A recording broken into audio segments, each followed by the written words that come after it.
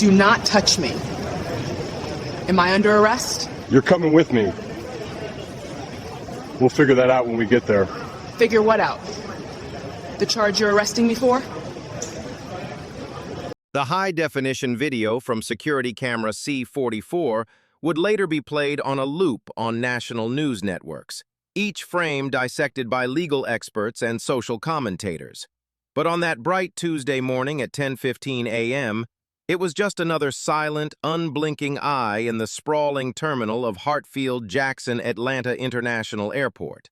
It captured the moment Serena Marshall, the 38-year-old founder and CEO of a billion-dollar tech logistics firm, stepped off the escalator into the main concourse. She was the picture of understated power, dressed in a tailored charcoal gray pantsuit, a simple silk shell underneath. She moved with an economy of motion that spoke of a life where every second was valuable. Her carry-on, a sleek four-wheeled Rimowa, glided effortlessly behind her.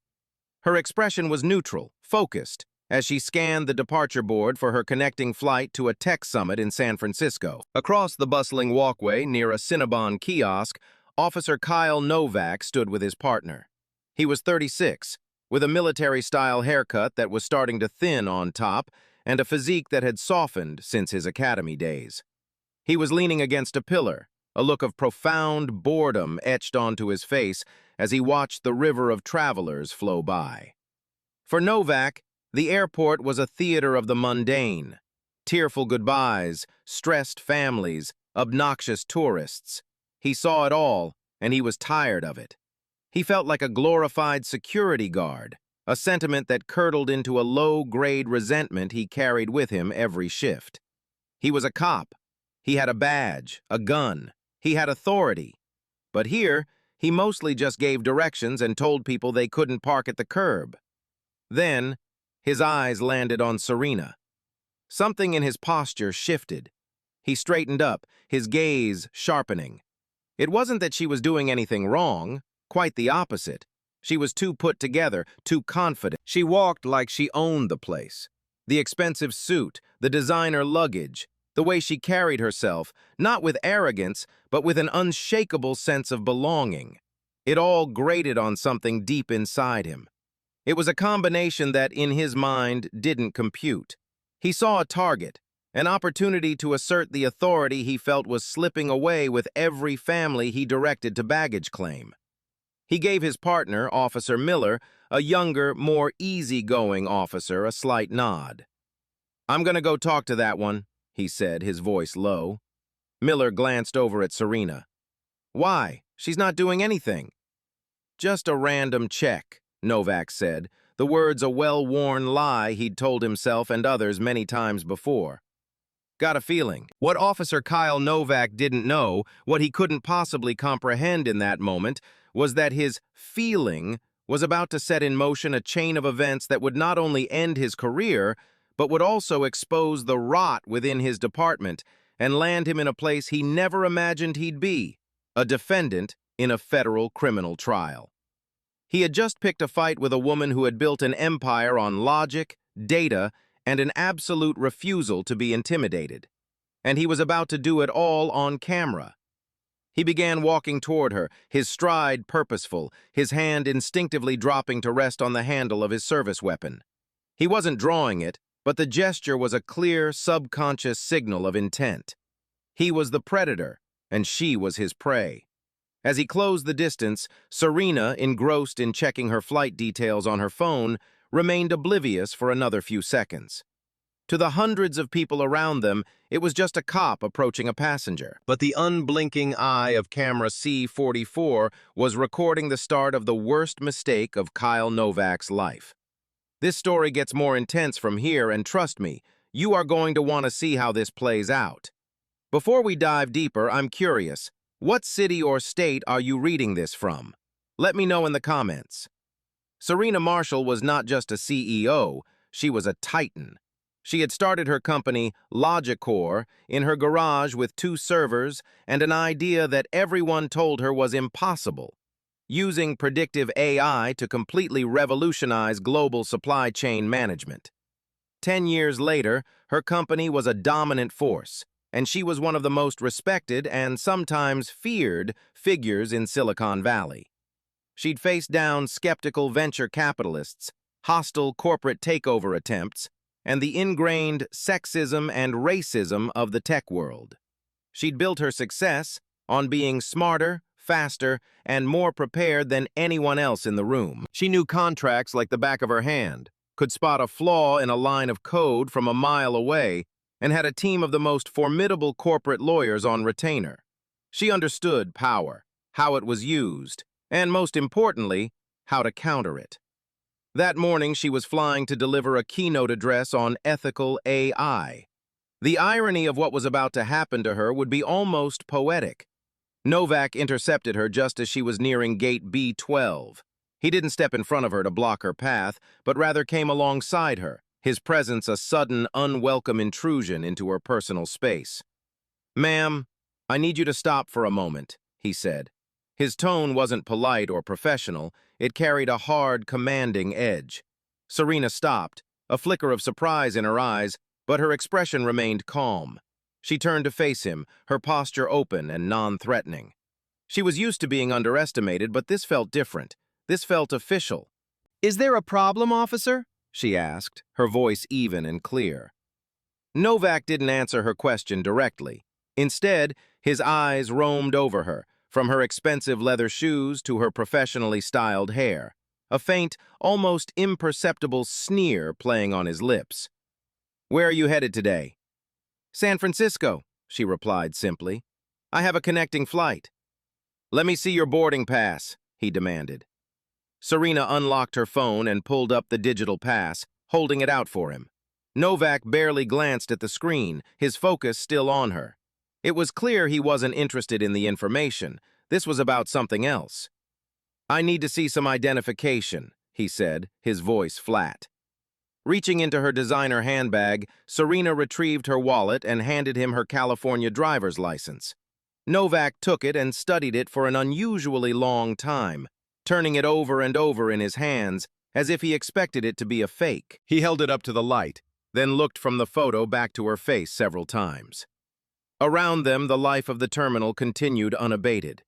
A group of college students in matching university sweatshirts hurried past, laughing and joking, without a single glance from Officer Miller, who stood a few feet behind Novak, looking increasingly awkward. An older white couple, struggling with 2 oversized carry-ons and a garment bag, received a helpful smile from a passing flight attendant, but no scrutiny from law enforcement. Serena noticed. It was her business to notice details, to see patterns, and a pattern was already emerging. "Serena Marshall," Novak said, reading her name off the license as if it were an accusation. "Where are you coming from?" "I just arrived from a meeting in downtown Atlanta. I live in Palo Alto," she answered, maintaining her polite but reserved demeanor. Inside, however, a cold knot of understanding was forming in her stomach. She had experienced this before, in different forms. The random security check at a luxury store, the valet who assumed she was the help, the boardroom member who addressed his questions to her white male subordinate. This was just a cruder, more aggressive version of the same old story. "What kind of work do you do, Serena?" Novak asked, his use of her first name a deliberate, casual disrespect. This was the question that confirmed it. It had absolutely no relevance to airport security. It was a test, a challenge. He was probing, looking for a weakness, for a justification for the suspicion he had already decided upon. "I work in technology," she said, keeping her answer vague. She didn't owe him the details of her life. He smirked. "Technology?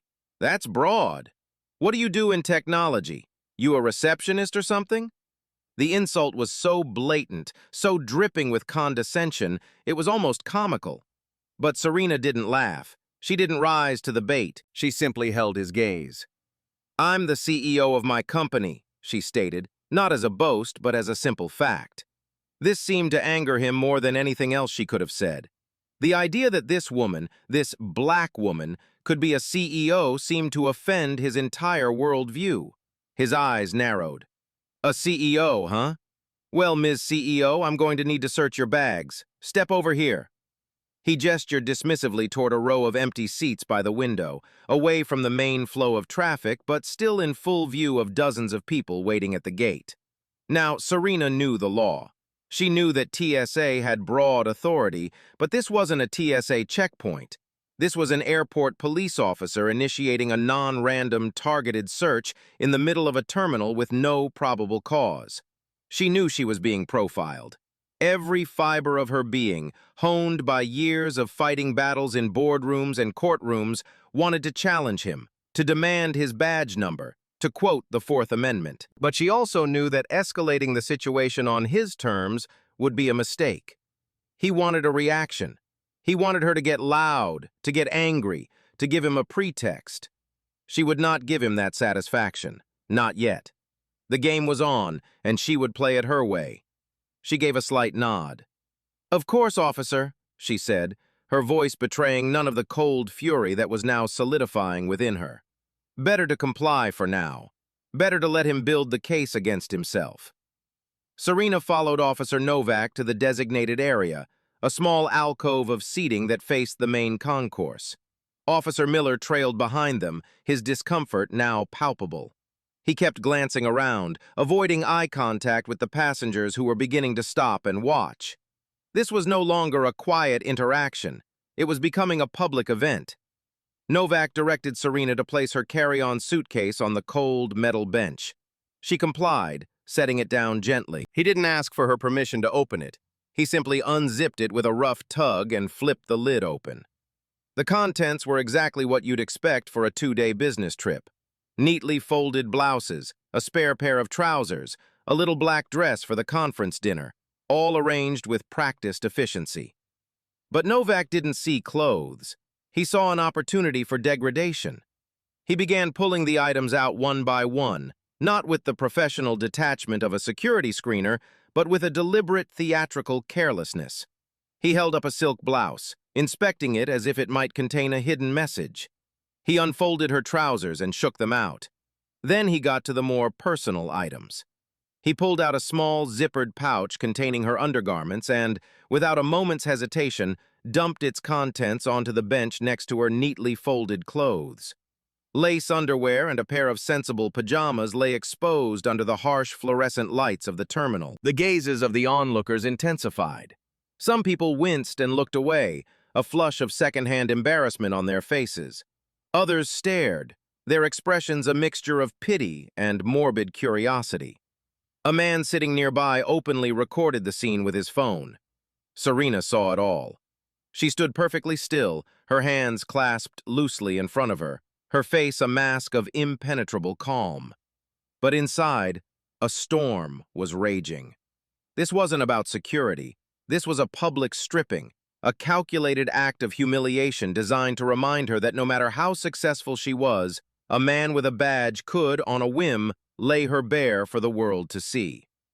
Have you ever been in a situation where you felt completely powerless, even though you knew you had done nothing wrong? Type YES in the comments if you can relate to that feeling. Novak continued his violation. He picked up her toiletry bag. He unscrewed the cap from her moisturizer, sniffing it with a disgusted look on his face. He opened her bottle of expensive perfume, a gift from her board of directors after their last successful quarter, and made a show of examining the liquid. He squeezed a line of toothpaste out of its tube onto the bench, then tossed the tube aside. He was being destructive, petty, and deeply personal. He was rummaging through her life, piece by piece, as if searching for a flaw, for some evidence that she was not the person she presented herself to be. Of course, he found nothing. There were no drugs, no weapons, no contraband of any kind.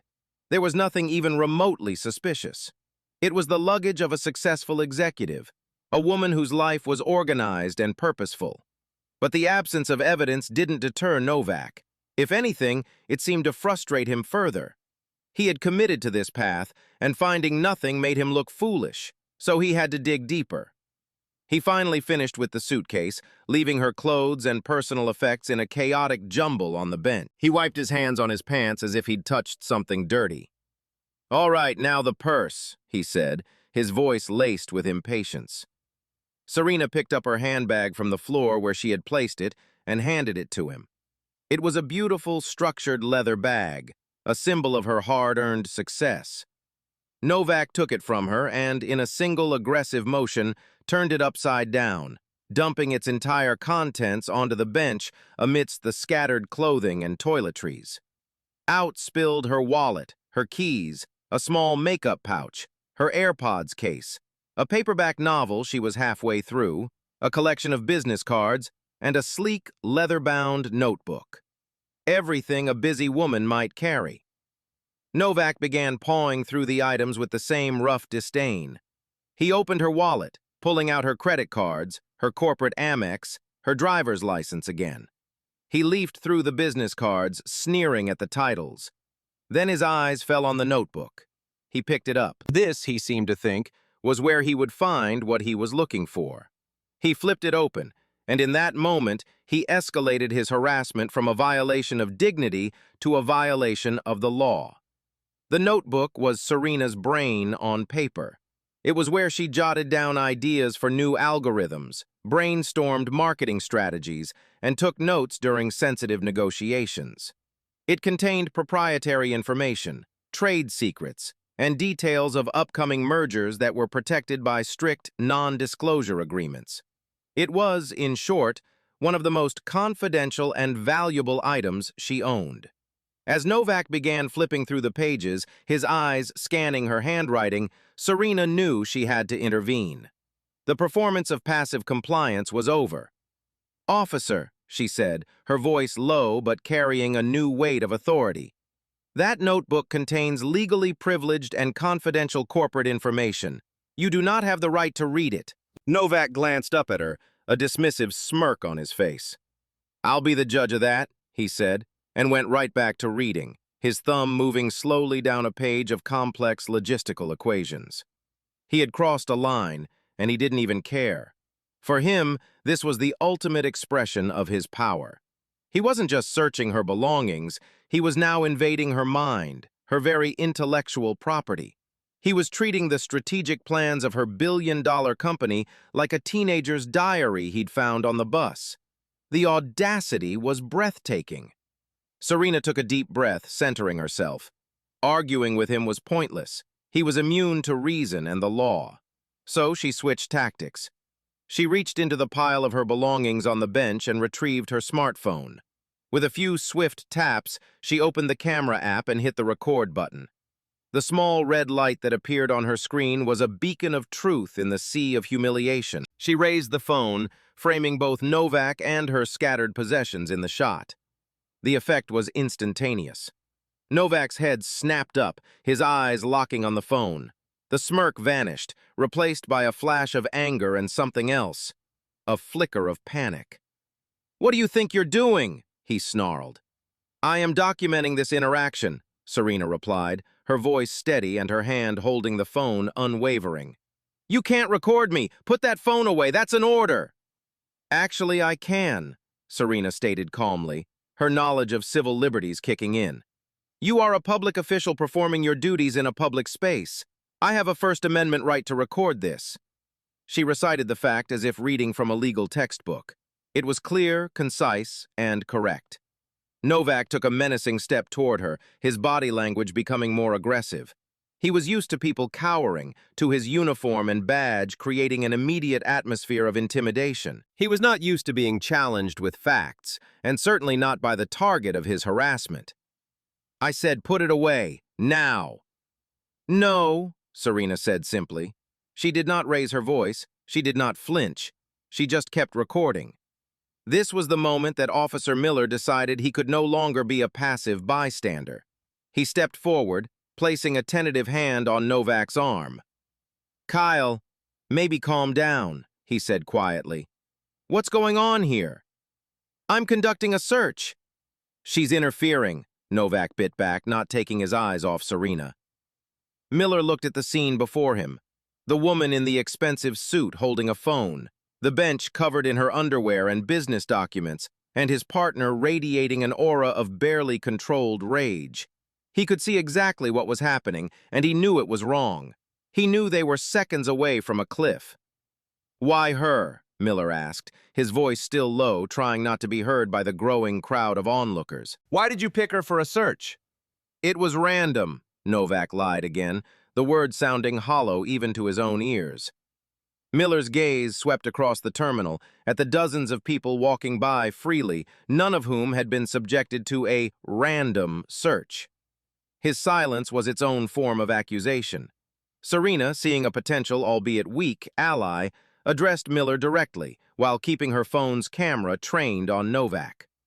"Officer," she said, her tone professional and direct, "your partner has stopped me without cause, publicly humiliated me by searching my personal belongings, and is now attempting to read my confidential business notes.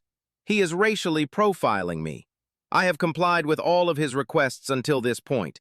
I would like both of your badge numbers and the name of your commanding officer." She delivered the speech with the precision of a CEO addressing a hostile board. There was no hysteria, no pleading, just a cold, hard statement of facts and a demand for accountability. The words struck Novak like a physical blow. He had lost control of the situation completely. She wasn't acting like a victim. She was acting like a plaintiff. The atmosphere around Gate B12 had grown thick with tension. What started as a one-on-one confrontation had morphed into a public spectacle. The crowd of onlookers had swelled. At least 30 people were now watching, a semicircle of silent witnesses.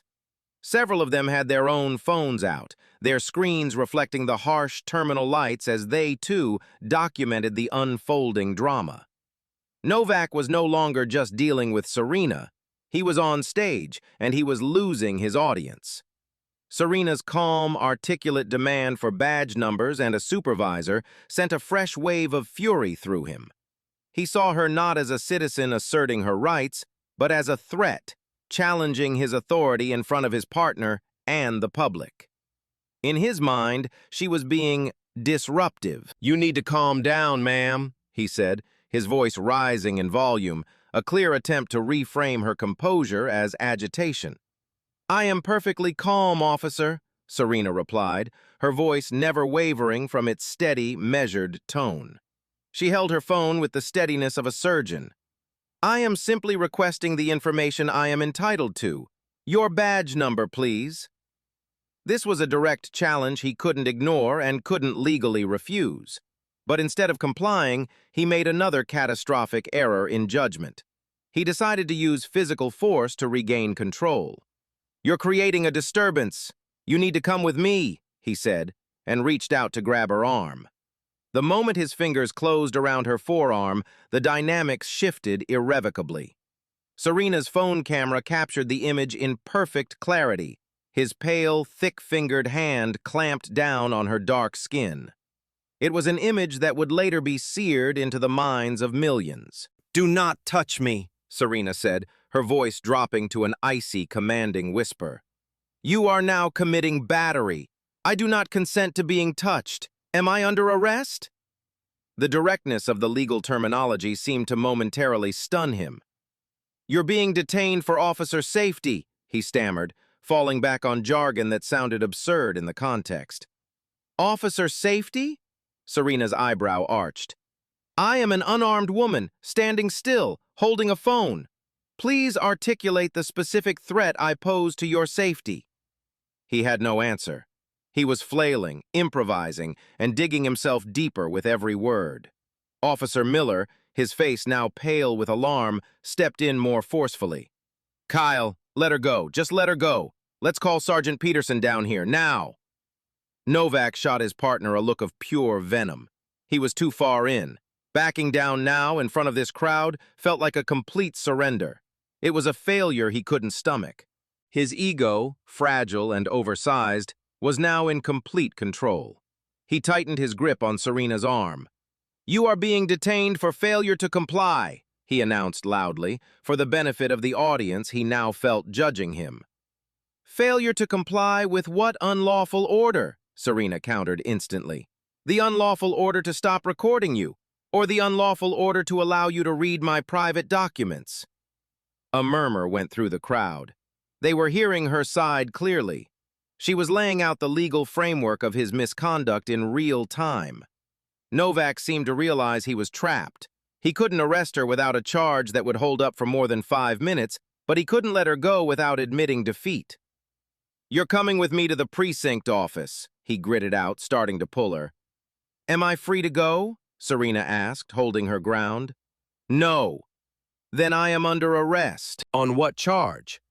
"We'll figure that out when we get there," Novak blurted out, a statement so monumentally stupid and legally damning that a man in the crowd, who later turned out to be a law professor, actually gasped out loud. The situation had reached a dangerous stalemate. Novak was physically restraining a woman who had committed no crime, in full view of dozens of witnesses and multiple cameras, while she calmly narrated the illegality of his actions. He was a cornered animal, and Officer Miller knew that cornered animals were unpredictable. He reached for his radio. "Dispatch, I need a supervisor at gate B12. We have a situation." The call over the radio was a clear signal that Novak had lost control not just of the encounter, but of his own partner. The sound of the radio crackle seemed to finally break Novak's spell of rage. He looked from his partner's worried face to the sea of phones pointed at him, and finally back to Serena's unyielding gaze. He seemed to shrink a little, the bluster draining from him, replaced by the dawning, terrifying realization that he had gone too far. He let go of her arm as if it had suddenly become red hot. The release of his grip did not de-escalate the situation, it merely ended the physical assault. The air remained charged, thick with the unsaid and the unforgivable. Serena didn't rub her arm or show any sign of distress, though a faint red mark was already beginning to form where his fingers had squeezed. She simply kept her phone raised, the recording unbroken. The silence that followed was more damning than any shouting match could have been. In that quiet moment, Officer Kyle Novak's career was effectively over. He just didn't know the full extent of it yet. He stood there breathing heavily, his face flushed. He had played every card he had: intimidation, humiliation, verbal commands, and physical force, and had failed to break her. He looked lost. He had started this encounter to feel powerful, and now he had never felt more powerless. The crowd of witnesses didn't disperse. They stood their ground, a silent jury offering a protective cordon around Serena. Their presence had become a crucial factor, a silent check on his authority. He couldn't make them all leave, and he couldn't continue his harassment under their collective gaze. It took 7 long minutes for the supervisor, Sergeant Peterson, to arrive. He was a man in his late 50s, with a weary face that suggested he'd seen too many of these messes. He walked up to the scene, his eyes quickly taking in the key elements. His 2 officers looking stressed, a well-dressed woman holding a phone, a pile of expensive clothes and personal items strewn across a public bench, and a crowd of about 40 onlookers. "What the hell is going on here, Novak?" Peterson asked, his voice a low, tired rumble. "Just a routine security screening, Sarge," Novak began, his voice lacking its earlier conviction. "The suspect—" "I am not a suspect," Serena interjected coolly, without taking her eyes off the supervisor. "I am the victim of an assault. Your officer illegally detained me, searched my belongings without cause, attempted to read my confidential documents, and grabbed me when I refused to stop recording his misconduct." Peterson looked from Serena to Novak, then to Miller, whose expression confirmed every word Serena had just said. The sergeant let out a heavy sigh. This was a PR nightmare, and he knew it. His first priority wasn't justice, it was damage control. "All right, everyone, show's over, move along," he said, waving his hand dismissively at the crowd. A few people shuffled away, but most stayed put. "Novak, help the lady pack her things," he ordered. The command was intended to sound helpful, but it was another profound insult. The man who had violated her privacy was now being told to handle her personal belongings again. "No," Serena said, the single word sharp and absolute. "He will not touch my property again. In fact, I don't want anyone to touch it. This is now a crime scene." Sergeant Peterson blinked, taken aback. "Ma'am, let's not be dramatic." "Dramatic?" Serena's voice was laced with ice. "I was just assaulted by a police officer in the middle of an airport. My flight to San Francisco, which was supposed to depart from this gate 10 minutes ago, has now left without me. I will be missing a multi-million-dollar business engagement. There is nothing dramatic about my wanting to preserve the evidence of the crimes committed against me. I want the names and contact information of every witness who is willing to provide it." As if on cue, a woman from the crowd stepped forward. "I saw the whole thing. He was out of line from the start. Here's my card." She handed Serena a business card. Then a man, the law professor, stepped up. "I also have a video. I'm happy to serve as a witness." One by one, more than a dozen people came forward, offering their names and numbers, creating a spontaneous network of accountability. Novak watched, his face ashen, as the evidence against him mounted from every direction.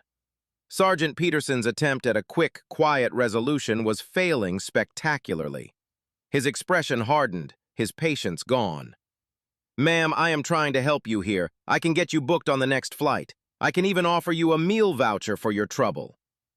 The offer of a meal voucher was so comically inadequate that Serena almost laughed. It was the kind of pathetic gesture offered to someone whose flight was delayed by weather, not to someone who had been publicly humiliated and assaulted. "A meal voucher," she repeated, letting the absurdity of the offer hang in the air. "Sergeant, I don't want a meal voucher. I want your name and your badge number. I want Officer Novak's full name and badge number. I want Officer Miller's full name and badge number. And I want the official contact information for the Airport Police Department's Internal Affairs Division and the Civilian Oversight Board." She was no longer asking, she was demanding, and she was still recording. Sergeant Peterson's face tightened. The woman in front of him was not going to be placated with empty apologies and a free sandwich. She was organized, articulate, and clearly understood how to navigate a bureaucracy. His posture shifted from one of weary authority to guarded defensiveness. "Look," he said, his tone becoming clipped, "Officer Novak was doing his job. Airport security is a serious matter. We have protocols to follow. Sometimes that means inconveniencing passengers." "Which protocol involves publicly displaying a woman's underwear, Sergeant?" Serena shot back, her gaze unwavering. "Which protocol justifies reading private business documents? Which protocol sanctions grabbing a citizen who is legally recording you?" Peterson had no good answers, so he fell back on the oldest defense in the book, blaming the victim. "If you had just cooperated from the start, none of this would have happened." "I did cooperate," Serena said, her voice rising slightly for the first time, not with anger, but with sharp, incredulous emphasis. "I cooperated when he stopped me without reason. I cooperated when he demanded my ID and boarding pass. I cooperated when he decided to empty my suitcase for everyone to see. I drew the line at him reading my company's trade secrets, and I drew the line at him putting his hands on me. Where exactly did my cooperation fail, Sergeant?" He stared at her, his jaw working silently.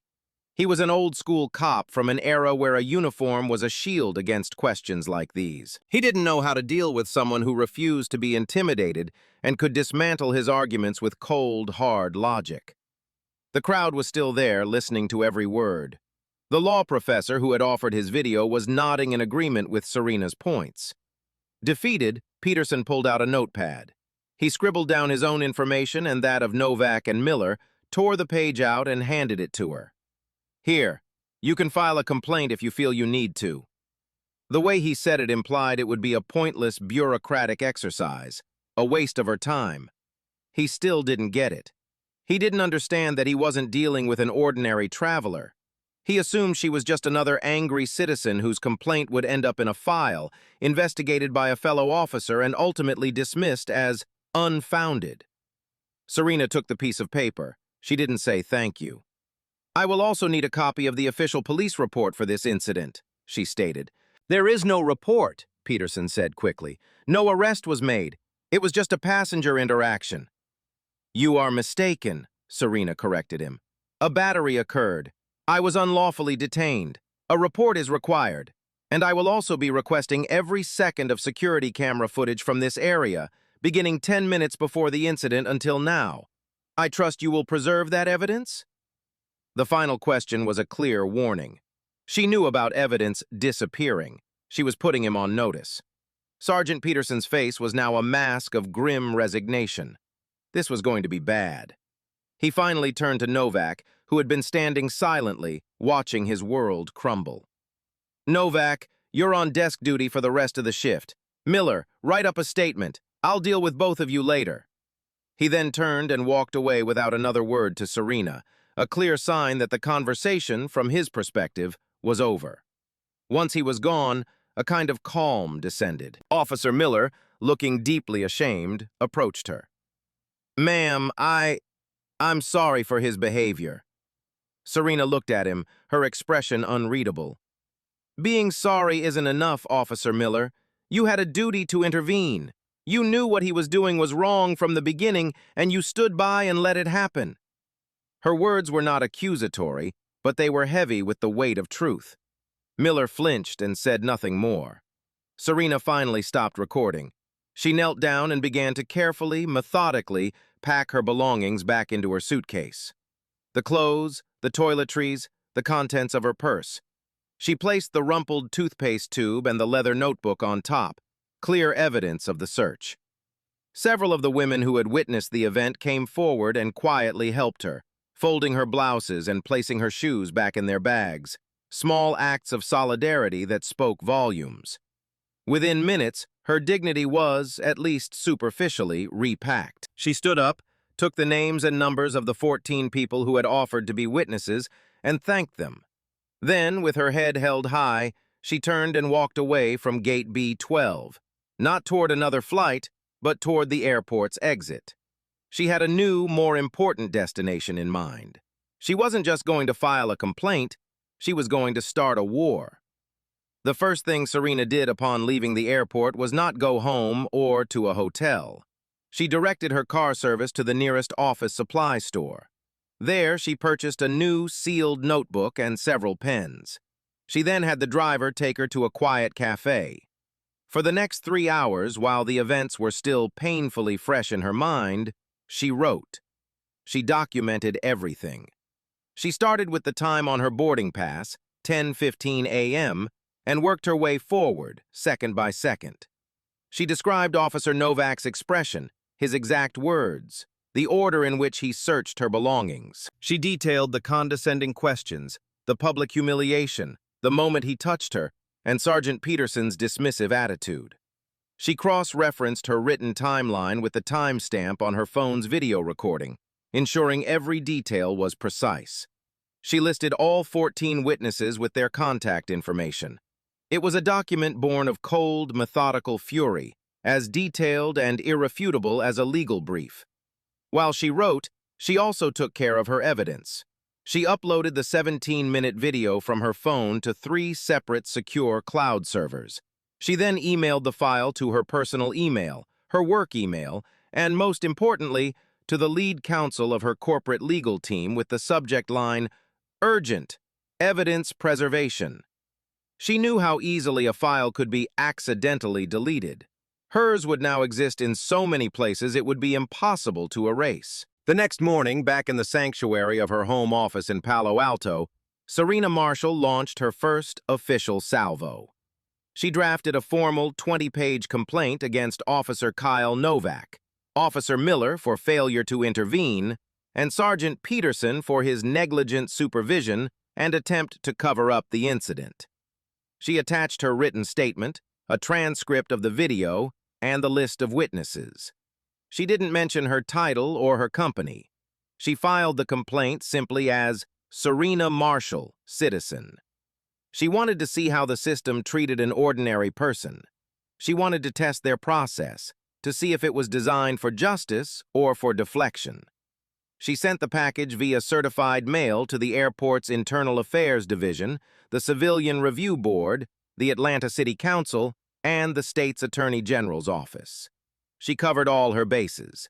Then, she waited. What do you think the department's response was? Do you think they launched a full, transparent investigation? Let's be real. 3 weeks passed with complete silence. Not a single phone call, not an email, not even an acknowledgement of receipt. Finally, on the 22nd day, A thin, standard-sized envelope arrived in her mailbox. It was from the Hartsfield-Jackson Airport Police Department, Office of Professional Standards. Her heart didn't race. She felt no anticipation. She knew with a weary certainty what would be inside. She opened it. The letter was a single page, a classic example of bureaucratic non-communication. It was a form letter. It began, "Dear Ms. Marshall," and thanked her for bringing her concerns to their attention. It went on to state that they take all complaints seriously and that an internal review of the matter had been conducted. And then the final dismissive sentence. "We have concluded our investigation and the matter has been addressed internally in accordance with department policy. We consider this matter closed." That was it.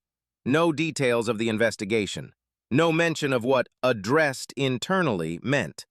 Was Novak spoken to? Was he retrained? Was he given a written warning that would be buried in his file? Was he told to take a long lunch? The letter offered no transparency, no apology, and no justice. It was a slap in the face, a clear message that the blue wall of silence was firmly in place. They had circled the wagons to protect their own, just as she had predicted. They had investigated themselves and found themselves innocent of any serious wrongdoing. The complaint from Serena Marshall, citizen, had been duly filed and forgotten.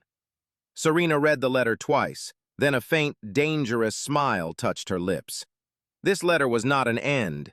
It was a beginning. It was the last piece of evidence she needed. It proved that the problem wasn't just one rogue officer. The problem was the entire system. A system that was designed to protect men like Kyle Novak. They had assumed she was powerless. They had assumed she would accept their dismissive letter and fade away. She picked up her phone and made a call. "Evelyn," she said when the person on the other end answered. "It's Serena. They did exactly what we thought they would. It's time. Schedule the press conference." They had just given a queen the perfect opening to checkmate the king. The press conference was held 2 days later in the grand lobby of the downtown Atlanta offices of Reed, Holloway, and Associates, the most feared and respected civil rights law firm in the entire Southeast. The room was packed. Every local news affiliate was there, along with reporters from national papers and cable news networks. They had been drawn by a vague but tantalizing press advisory about a major federal lawsuit against the airport police, but they didn't know the full story. They were about to. At precisely 11 a.m., Serena Marshall walked to the podium. She was not dressed in the power suit from the airport. Instead, she wore a simple, elegant navy blue dress. Beside her stood Evelyn Reed, a formidable attorney with a reputation for dismantling police departments in court. The flashbulbs popped, creating a constellation of artificial stars in the marble-floored room. Serena stepped up to the microphone. A hush fell over the room. "Good morning," she began, her voice calm and resonant. "My name is Serena Marshall. 3 weeks ago, upon arriving at Hartsfield-Jackson Airport, I was illegally targeted, detained, and assaulted by an officer of the airport police force. I was subjected to a humiliating public search of my personal belongings. I was physically grabbed. I was treated not as a citizen, but as a criminal. And when I filed a formal complaint, I was met with a dismissive form letter, effectively telling me that my civil rights do not matter." She paused, letting the words sink in. You could hear a pin drop. "They thought I was just another anonymous black woman they could harass and intimidate into silence. They were wrong." Evelyn Reed then stepped forward. "This morning," Reed announced, her voice booming with righteous anger, "we have filed a federal civil rights lawsuit on behalf of Ms. Marshall against Officer Kyle Novak, Officer Frank Miller, Sergeant David Peterson, and the Hartsfield-Jackson Airport Police Department. We are suing for unlawful search and seizure, battery, false imprisonment, and for maintaining a pattern and practice of racial discrimination that violates the 4th and 14th Amendments of the United States Constitution." Then came the moment that turned a local story into a national firestorm. Evelyn gestured to a large screen behind the podium. "And we have the evidence." The video began to play. It was Serena's crystal-clear cell phone footage, starting from the moment Novak began rifling through her confidential notebook.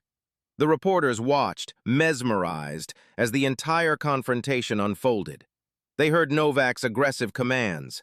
They heard Serena's calm, legally precise responses.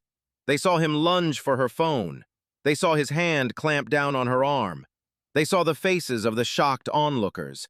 The video was irrefutable. It was a stunning, real-time documentation of an abuse of power. When the video ended, the room erupted in a frenzy of shouted questions. But Evelyn Reed held up a hand for silence. "There's more," she said. It was then that a producer from a major news network, who had been doing frantic research on his phone, stood up. "Miss Marshall," he called out, "can you confirm that you are Serena Marshall, the CEO of Logicor Technologies?" Serena met his gaze and nodded. "I am." A collective gasp went through the room. This wasn't just any citizen. This was one of the country's most successful tech entrepreneurs. A billionaire. A woman with an army of lawyers and infinite resources. The airport police hadn't just picked on the wrong person, they had picked on one of the most powerful people they could have possibly encountered. The story exploded. Within an hour, it was the lead item on every news website. The video went viral, racking up millions of views. The hashtags #JusticeForSerena and #AirportAbuse trended globally. The airport police department, which had felt so secure in its dismissive form letter, was suddenly facing a Category 5 hurricane of public outrage and media scrutiny. They had tried to bury a complaint, and in doing so, had unearthed a monster of a lawsuit that threatened to expose every secret they had. The press conference was a declaration of war, and Serena Marshall had just fired the first devastating shot. The department's hollow statement, released late that afternoon, promising a full and thorough review, was drowned out by the roar of a public that had already seen the truth with its own eyes. The lawsuit was a key, and Serena's legal team, led by the relentless Evelyn Reed, used it to unlock a door the airport police department had kept bolted shut for years. Officer Kyle Novak's personnel file. The department's lawyers fought tooth and nail to keep it sealed, citing privacy concerns and officer protection. But the federal judge assigned to the case, a no-nonsense former prosecutor, took one look at Serena's video and granted the subpoena without hesitation. When the file arrived, a thick, dog-eared manila folder containing a decade's worth of Novak's career, it was even worse than Evelyn Reed had suspected. It wasn't just a file, it was a chronicle of bigotry, a detailed history of a predator who had been protected by his department at every turn. Pandora's box was open. Inside, they found not one, not two, but 12 prior civilian complaints filed against Officer Novak for harassment and racial profiling. 12. All of them had been summarily dismissed, labeled unfounded, or had resulted in nothing more than a note for file or a mandatory online course in cultural sensitivity that he likely clicked through in an afternoon. The stories in those complaints were chillingly similar to Serena's. They formed an undeniable mosaic of prejudice. There was the complaint from 3 years prior, filed by a U.S. Army captain, a decorated black man returning from a tour in Afghanistan. He was in his dress uniform. Novak had stopped him, accused him of wearing a stolen uniform, and detained him for over an hour, causing him to miss the welcome home ceremony his family had planned. The complaint was dismissed after Novak claimed the captain was acting suspiciously. 2 years before that, a complaint from a renowned black surgeon who was flying to perform a life-saving organ transplant. Novak had detained him, meticulously searching his medical bag and questioning his credentials, nearly causing him to miss the critical window for the surgery. The department's official response was that Novak was diligently checking for contraband.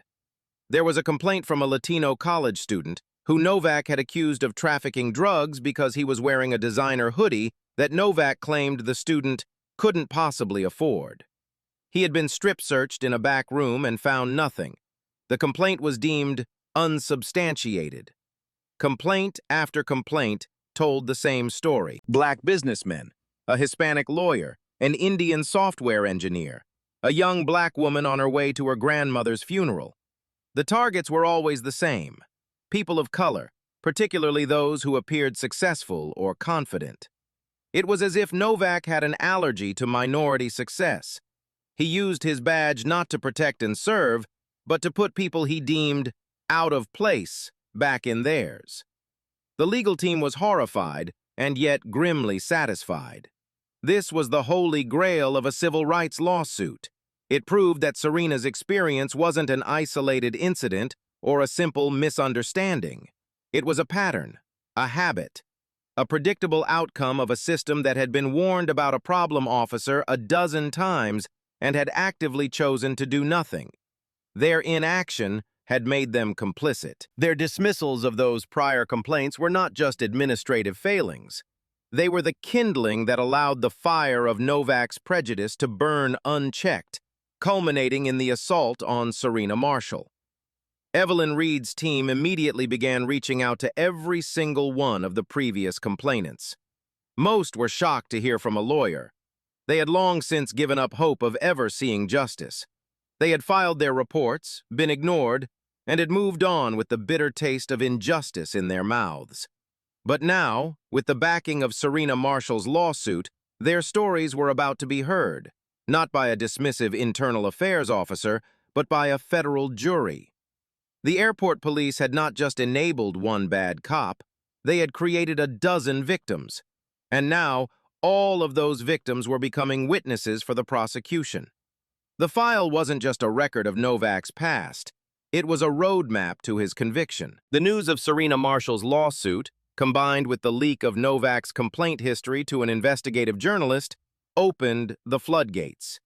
It was as if a dam of fear and futility had broken. People who had been harassed by Kyle Novak, who had suffered in silence believing no one would listen, suddenly found their voice. Serena's stand gave them courage. If a billionaire CEO could be treated this way, their own experiences were not only validated, but were now part of a larger, undeniable narrative. Evelyn Reed's office was inundated with calls. The initial 12 complaints were just the tip of the iceberg. Over the next few months, the legal team vetted and took sworn depositions from over 30 other individuals. 30 more people whose lives had been upended by a single officer's bigotry. The sheer volume was staggering, and their stories were heartbreaking. A young woman named Keisha Johnson recounted how Novak had detained her on her way to a job interview for her dream position at a marketing firm. He had gone through her portfolio, making snide remarks about her work and questioning how she paid for her suit. He held her for so long that she missed the interview, an opportunity she had spent months preparing for. She had been too intimidated and ashamed to file a complaint at the time. Now, she wept as she told her story to one of Evelyn's paralegals. A man named Marcus Thorne, a real estate developer, described being pulled aside by Novak while traveling with his young son. Novak had implied that Thorne must be a drug dealer to afford his watch, and had searched his and his son's bags in a way that left the 7-year-old terrified of police officers for years to come. "He made my boy cry," Thorne said, his voice thick with emotion. "He took away my son's innocence and made me feel like less of a man, like I couldn't protect my own child." One of the most damning accounts came from a former airport employee, a baggage handler who had worked there for 15 years. He testified under oath that Novak's targeting of minorities was an open secret among the staff. "We called it Novak's lottery," the man said. "Every day you'd just wait to see which well-dressed black or brown person he was going to pull aside to mess with. We all saw it. But who were we going to tell? Internal affairs. That's a joke. You report a cop, you lose your job. It's that simple." This testimony was explosive. It moved the case beyond Novak's individual actions and pointed directly to a corrupt and complicit culture within the department's leadership. They didn't just ignore the complaints, they fostered an environment where an officer like Novak could flourish without fear of reprisal. The legal team compiled these stories into a devastating motion filed with the court, arguing that this overwhelming evidence of a pattern and practice of abuse should be admissible at trial. The airport's lawyers fought it, claiming it would be prejudicial to Officer Novak. The judge, after reading a summary of the 30 new depositions, disagreed. "Prejudicial?" she said in a pretrial hearing, her voice dripping with scorn. "Counselor, what you call prejudicial, I call highly relevant. The motion is granted." The chorus of silenced voices was now poised to sing in a federal courtroom. The lawsuit was no longer just about Serena Marshall versus Kyle Novak. It had become Serena Marshall and 42 other citizens versus a system that had wronged them all. The airport police department had hoped to isolate Serena, to make it her word against a decorated officers. Instead, they were now facing a small army of credible, sympathetic witnesses, each with a story that reinforced the others, creating a tidal wave of evidence that was about to crash down on Officer Kyle Novak and the department that had protected him for far too long. The trial was no longer just a trial, it was a reckoning. 11 months after that fateful morning at Gate B12, the trial began. It was the most high-profile civil rights case the city had seen in decades. The federal courtroom was packed to capacity every single day. A long line of spectators snaked down the hallway, hoping for a chance to get one of the few public seats. Outside, a forest of news cameras and broadcast trucks camped out on the courthouse steps. The prosecution, led by Evelyn Reed, had chosen to pursue a rare and aggressive legal strategy. In addition to the civil suit, they had presented their evidence to the U.S. Attorney's Office, which had convened a grand jury. The grand jury, after seeing the video and hearing from just a handful of the victims, had returned a criminal indictment against Kyle Novak for deprivation of rights under color of law, a federal felony. Novak was now fighting not just for his job or for money, but for his freedom. The city was holding its breath. On the third day of the trial, Serena Marshall was called to the stand. As she walked to the witness box, a hush fell over the courtroom. She was dressed in a conservative gray dress, her hair pulled back neatly. She looked composed, focused, and resolute. She sat down, adjusted the microphone, and looked directly at the 12 members of the jury. Evelyn Reed began her direct examination. For 4 hours, she walked Serena through the events of that day. Serena's testimony was a masterclass in credibility. She never raised her voice, never overdramatized, never appeared vindictive. She simply and powerfully told the truth. She recounted the initial stop, the condescending questions, the moment Novak dumped her underwear onto the bench. "How did that feel, Ms. Marshall?" Evelyn asked gently. Serena paused for a moment, her gaze still fixed on the jury. "It was profoundly humiliating," she said, her voice clear and steady. "It felt like I was being told that my privacy, my dignity didn't matter. That in that man's eyes, I was not a person worthy of respect. I was just something for him to rummage through in public." She described how he'd rifled through her confidential notebook. She explained the value of the intellectual property in that book, not in dollars, but in years of her life's work. Then, Evelyn moved to the most critical moment. "Ms. Marshall, what happened when you began to record the encounter?" "Officer Novak became enraged," Serena said. "He ordered me to stop. When I refused, he stepped toward me and grabbed my arm." "Can you describe the grab for the jury?" "It was hard. It was violent. It was meant to assert physical dominance," she said. "In that moment, I was afraid. I didn't know what he would do next. I didn't know how far he was willing to take it.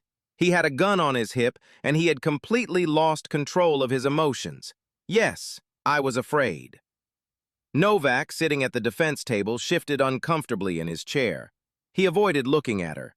His lawyer, a city-appointed attorney with an air of perpetual exhaustion, scribbled notes furiously. Serena went on to describe Sergeant Peterson's arrival, his dismissive attitude, and the offer of a meal voucher. The jury, a diverse group of 9 women and 3 men, listened intently, their faces a mixture of sympathy and disbelief. They weren't just listening to a victim. They were listening to a CEO, a leader, a woman whose every word was delivered with precision and authority. Her composure under pressure, The very trait that had so enraged Novak was now her greatest weapon on the stand. She was not a hysterical victim. She was a credible narrator of a crime. When Evelyn Reed finished, Novak's defense attorney stood up for his cross-examination. His strategy was clear: to paint Serena as an arrogant, entitled Silicon Valley elitist who was oversensitive and disrespectful to law enforcement.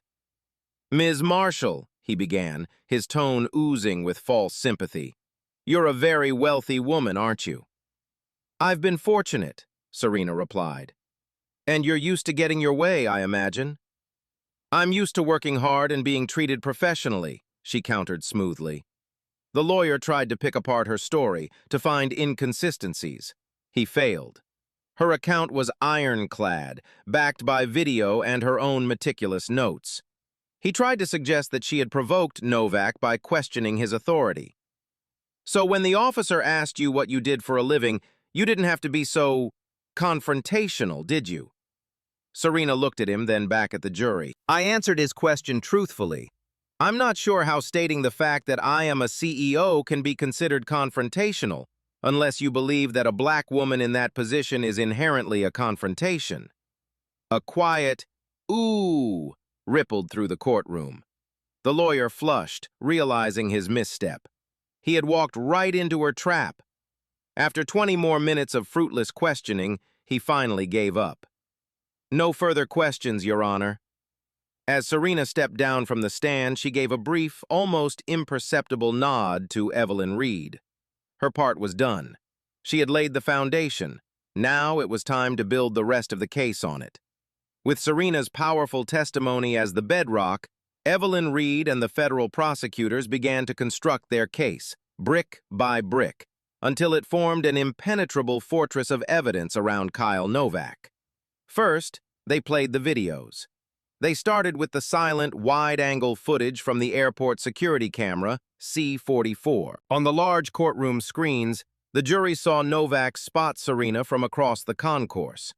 They saw his posture change. They saw him walk directly toward her, ignoring dozens of other travelers. This footage systematically dismantled the defense's primary claim, that the stop was random. It was clear to anyone watching that he had targeted her from the very beginning. Then, they played Serena's cell phone video, this time with the audio amplified through the courtroom's sound system. The jury heard the entire exchange. They heard Novak's escalating hostility. They heard his legally baseless commands. They heard Serena's calm, firm assertions of her rights. They saw, in unflinching close-up, the moment he grabbed her arm, and they heard her immediate, clear protest. "Do not touch me!" They also heard the damning admission from Novak when she pressed him on the reason for her arrest. "We'll figure that out when we get there." Several jurors physically recoiled. Next came the witnesses. One by one, the travelers who had stopped to watch at gate B12 took the stand. The law professor testified that in his 25 years of teaching constitutional law, he had rarely seen such a brazen and textbook example of a Fourth Amendment violation. The woman who had given Serena her business card described the cruelty in the way Novak had handled Serena's personal items. A young man who had also recorded the incident on his phone provided a second angle of the assault, which corroborated Serena's video perfectly. After the eyewitnesses came the chorus of past victims. The prosecution was allowed to call 3 of them to establish a pattern of conduct. The Army captain, in his full dress uniform, took the stand and spoke with quiet dignity about the humiliation of being accused of stealing the uniform he had bled for. The surgeon recounted the terror of nearly missing a life-or-death operation because of a baseless stop. Keisha Johnson, the young woman who missed her job interview, spoke about the crushing professional setback she suffered. Their stories, all bearing the same signature of Novak's prejudice, painted a picture of a man who used his badge as a weapon against people of color. The jury was visibly moved. Then, Evelyn Reed called an expert witness, a retired police chief and nationally recognized consultant on police practices and implicit bias. He analyzed Novak's actions against established police protocols. The stop had no basis in reasonable suspicion, the expert testified. The search was punitive, not protective. The escalation to physical force was a catastrophic failure of training and temperament. The officer's actions served no legitimate law enforcement purpose. They were, in my expert opinion, purely an exercise in dominance and humiliation.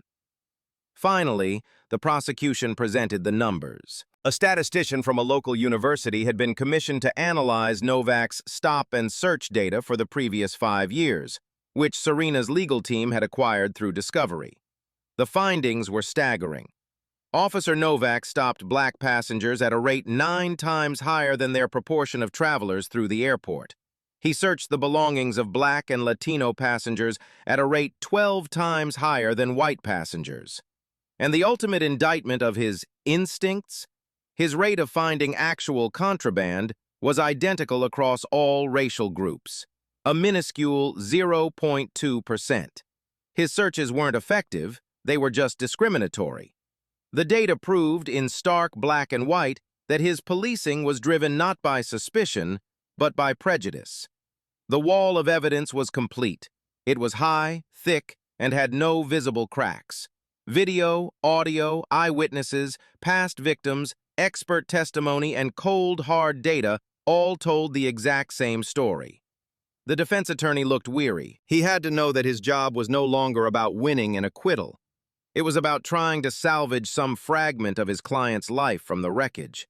And his only remaining tool was the testimony of Kyle Novak himself. It was a risky move, but the defense had no choice. They had to put Kyle Novak on the stand to try and reframe the narrative, to present him as a dedicated, misunderstood officer doing a tough job. It backfired in spectacular fashion. Novak walked to the stand trying to project an image of a confident, wrongly accused public servant. He wore his best suit, but it fit him awkwardly, and his face was pale with stress. His lawyer began by leading him through his years of service, his commendations, his supposed commitment to keeping the public safe. Novak spoke in a monotone, reciting rehearsed lines about the dangers of airport security and the need for constant vigilance.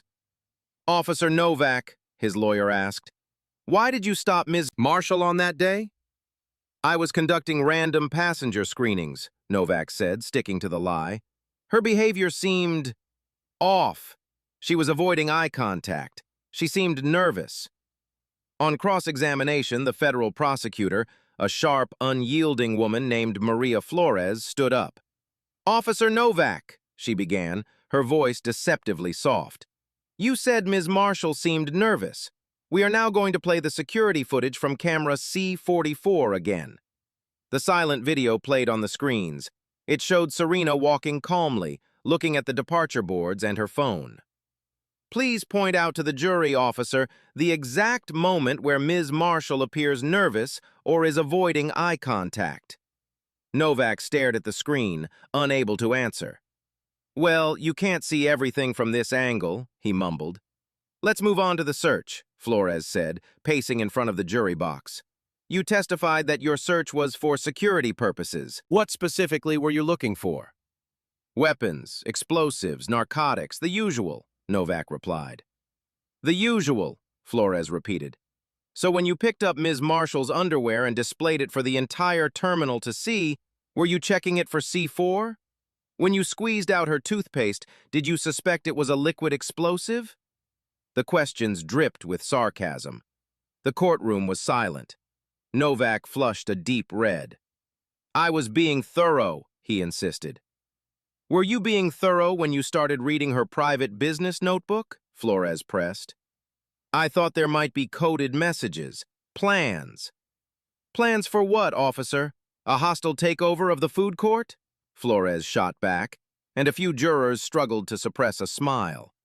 "Or were you just angry that a black woman could be a CEO and you wanted to put her in her place?" "Objection!" Novak's lawyer shouted, jumping to his feet. "I'll rephrase," Flores said smoothly before the judge could rule. "Officer Novak, isn't it true that you have a history of targeting successful minorities? Let's talk about Captain Miller of the United States Army." She proceeded to walk him through every one of the prior complaints, forcing him to explain away each one. His answers became increasingly defensive and implausible. He called the decorated captain arrogant. He claimed the surgeon had a bad attitude. He dismissed the college student as a punk.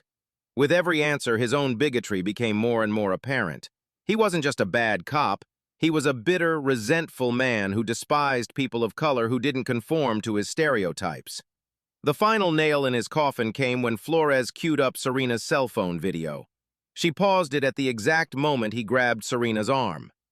"Officer Novak, the woman you are assaulting in this video, Ms. Marshall, had just calmly asserted her First Amendment right to record you. Is that correct? She was being disruptive." Novak insisted, his voice rising, the anger he'd shown at the airport flaring up again in the courtroom. "She was standing still and speaking in a normal tone, was she not?" "She was challenging my authority," he spat out. And there it was, in his own words, his own angry admission. His actions had nothing to do with security, suspicion, or procedure. It was about his authority being challenged by a black woman who refused to be subservient. He had confessed to the very motive the prosecution had been asserting all along. Flores let his words hang in the air for a long moment, then turned to the jury. "Nothing further, Your Honor." As Kyle Novak walked back to the defense table, he knew he was a convicted man. He had seen the look on the jurors' faces. It was a look of utter contempt. He hadn't just lost his case, he had exposed the ugliness of his own soul for the entire world to see. The closing arguments were a mere formality. The defense attorney offered a weak, meandering plea for sympathy, portraying Novak as a flawed man who made a mistake under pressure. It was a speech devoid of conviction, and it fell on deaf ears. Then Evelyn Reed stood up to give the final closing argument for Serena's civil case, which was being decided concurrently by the same jury. She walked slowly toward the jury box, making eye contact with each member. "For 11 months, she began, her voice a low, powerful hum. "The defense has asked you to believe in a fantasy where a routine security check involves public humiliation, a fantasy where a calm, law-abiding citizen is a threat, a fantasy where an officer with a documented history of bigotry is just doing his job. Today, I ask you to believe in reality, the reality you saw on those videos, the reality you heard from the mouths of a dozen brave witnesses. The reality is that on that day, Kyle Novak was not a police officer. He was a bully with a badge, and the department that employed him was not a guardian of the public trust. It was a silent accomplice that ignored warning after warning. She spoke for nearly an hour, not with legal jargon, but with a passionate appeal to the jury's sense of decency and justice. She talked about the sanctity of civil rights, the trust we place in law enforcement, and the profound betrayal that occurs when that trust is broken. "This is not just about money," she concluded, her voice ringing through the silent courtroom. "No amount of money can restore the dignity that was stolen from Serena Marshall and so many others in that airport. This is about accountability. It's about sending a message that will be heard in every police precinct in this country, a message that says, you are not above the law. You work for us, and we will not tolerate your prejudice. Find for Ms. Marshall, and more importantly, find Mr. Novak guilty. Thank you." The jury filed out. For a case that had lasted nearly 2 weeks, their deliberation was stunningly brief.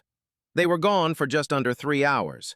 When the court officer announced they had reached a verdict, a wave of anticipation washed over the courtroom. Kyle Novak was told to rise. He stood, his shoulders slumped, his face ashen. He looked like a broken man. The jury foreman, a middle-aged woman with a stern expression, handed the verdict forms to the clerk. "In the civil matter of Marshall versus Novak and the Hartsfield-Jackson Airport Police Department," the clerk read, "on the count of unlawful search and seizure, we, the jury, find for the plaintiff, Serena Marshall." A quiet gasp went through the gallery. "On the count of battery, we find for the plaintiff. On the count of false imprisonment, we find for the plaintiff. On the count of maintaining a pattern and practice of discrimination, we find for the plaintiff." They awarded Serena $1 million in compensatory damages. Then the clerk cleared his throat before reading the next part. In the matter of punitive damages against the airport police department, we, the jury, award the plaintiff the sum of $24 million. The amount was staggering. It was a verdict designed not just to compensate, but to punish and to force radical change. Then came the criminal verdict. In the case of the United States versus Kyle Novak, the clerk continued, his voice steady, on the charge of deprivation of rights under color of law, we, the jury, find the defendant guilty. Novak's knees seemed to buckle. His lawyer put a hand on his back to steady him. He was now a convicted felon. The judge scheduled sentencing for the following week, but it was clear she intended to make an example of him. When the day came, she looked down at Novak from the bench, her expression grim. "Mr. Novak," she said, "you took an oath to uphold the Constitution. Instead, you used your authority as a weapon to violate it. You disgraced your badge. You betrayed the public's trust, and you caused immeasurable harm not only to your victims, but to the reputation of every good police officer who does their job with honor. This court cannot and will not tolerate such a gross abuse of power.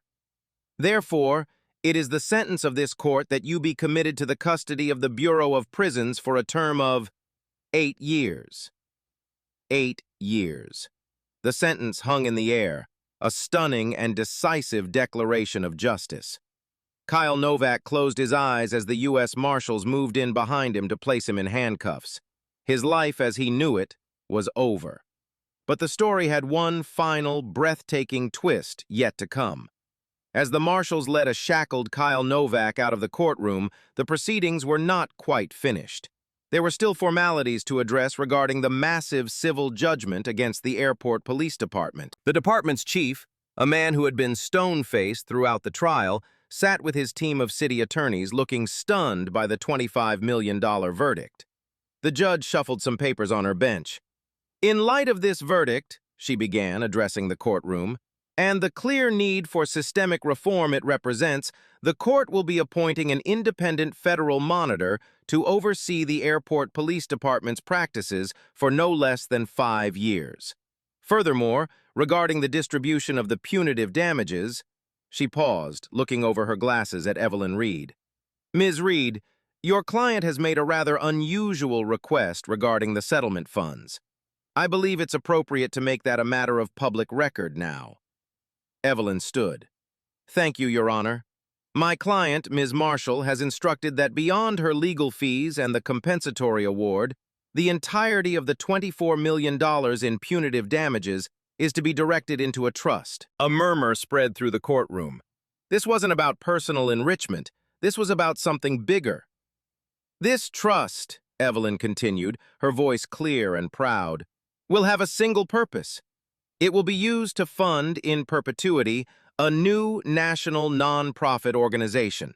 This organization will provide free legal representation to victims of police misconduct and will also develop and implement state-of-the-art evidence-based anti-bias and de-escalation training programs for law enforcement agencies across the country." The reporters in the gallery were scribbling furiously. This was an incredible final act. Serena Marshall wasn't just taking their money, she was using it to fix the very problem that had victimized her.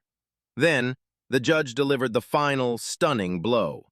She looked directly at the airport police chief. "Chief, it is my understanding that your department was approached 2 years ago by a philanthropic organization offering to fund a pilot program for a new, immersive anti-racial profiling curriculum for your officers, free of charge."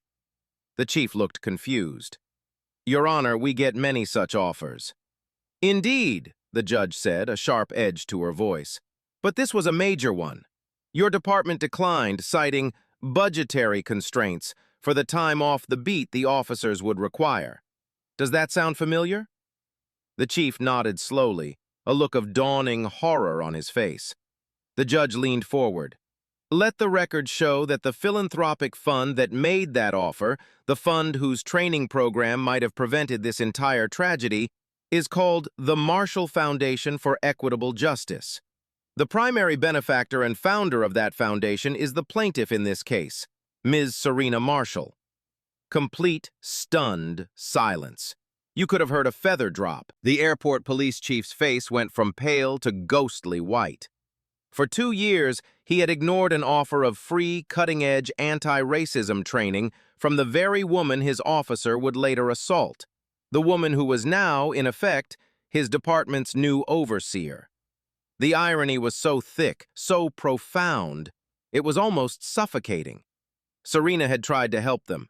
She had tried to give them the tools to be better, and they had turned her away. So she had been forced to teach them the lesson another way, a much, much harder way. The gavel fell one last time, but the sound echoed with the weight of a lesson that would never be forgotten. The storm had passed. In the quiet aftermath, what remained was the wreckage and the slow, arduous task of rebuilding. Kyle Novak was gone, a name now synonymous with disgrace, his life reduced to a number in the federal prison system. The airport police department was humbled, forced under the microscope of federal oversight, its culture of impunity shattered by a verdict that cost them not just millions of dollars, but their autonomy. One has to wonder what led a man like Kyle Novak down this path. Was it a single defining moment, or a slow erosion of empathy over a decade of wearing a uniform? Perhaps it was insecurity.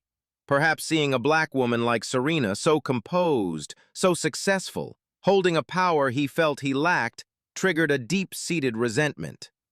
His badge was the only thing that made him feel superior, and when she didn't immediately bow to its authority, his entire sense of self was threatened.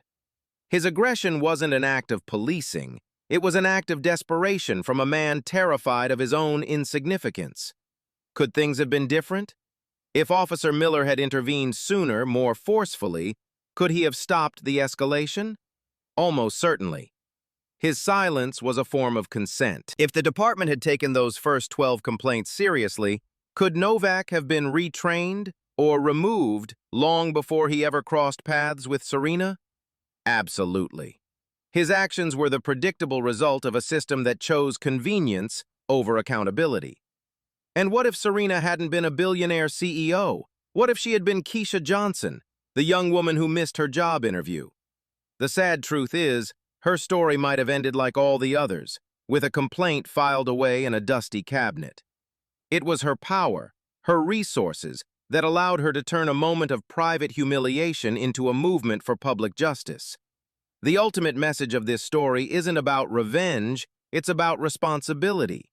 It teaches us that injustice doesn't just happen in the shadows, it happens in brightly lit airport terminals, carried out by ordinary people who have been given too much power and not enough oversight. It reminds us that standing up is not just a right, but a necessity, and that a single voice, armed with truth and courage, can be more powerful than an entire institution. Serena Marshall didn't just win a lawsuit, she forced a reckoning and used her victory not to enrich herself, but to build a better, more just system for everyone who would come after her. I'd love to hear your thoughts on this. What part of Serena's journey inspired you the most? And have you ever seen a situation where one person's courage made a real difference? Share your story in the comments below. Your engagement helps us keep telling stories that matter.